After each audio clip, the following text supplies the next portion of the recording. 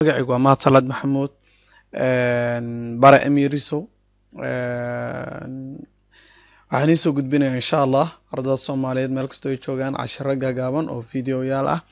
oo maadada biology ama cilmiga sayniska sida biology chemistry human respiratory system ayaan ka hadlaynaa maanta insha Allah hadduu Ilaahay idmo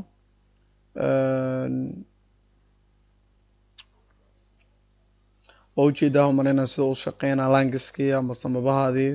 sida duraadeed marka human respiratory systemka sida uu shaqeeyo saasaa ka mid ah diaphragm aan isku dhaca inta nuuxnuuxsanayso dhan mid kasta waxaan arki doonaa shaqadii qabato iyo muhiimadeeda insha Allah waa kana respiratory systemkii oo dhammaystiran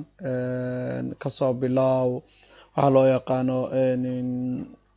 frontal sinuska ilaa langiskii ama diaphragmkii intii ku xusan yihiin inta waxaa loo yaqaan alveolihii oo lasii jaray mid kasta dabacdiisina halka ka barateen oo malayna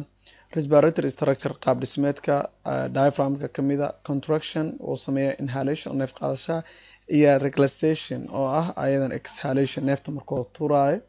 labadana oo sameeya waxa ku sii xiga waxa loo yaqaano pharynx waa common nasal oral loo yaqaana passway waa oral passwayga afka iyo sanka mid kasoo degaya oo nasalka ama oralka waa marinkaas ay maraan larynxka kamid ah isagana force box laha ama codeeyaha containing vocal cordska oo codka sameeya kamid ah trachea widi pipe laha waa tubada ay neeftu marto leading to the lungs taasoo macnaha oo talaasha ama u horseeda lungiska xagoodana si qaybsantaa waxay usii qaybsataa bronchiga wuxuu sii qaybsataa bronchioles laakiin waa tubes that into each lung kasta ama sabab kasta galaan alveolar number 1 millions of capillary waa markii bronchiska sii yaraado meesha oo galayo millions of capillary tiftaafay yaroo boqol milyamada waa surrounded by a sacs kishawet where oxygen is transferred takes place halkaas way ka dhacdo isweydaarsiga hawada waa kana alveoluska wuxuu ka kooban yahay connective tissue alveolus sac iyo alveolar duct iyo muscula iyo waxyaabahaas badan oxygen transport qaabka oxygenta transport lagu sameeyo ama loo safray jirka u gaarto protein found in red blood cells horta unugyada dhiigga cascasa qaada iron ku jirto marka in hemoglobin capable taasoo awood u yahay of weakly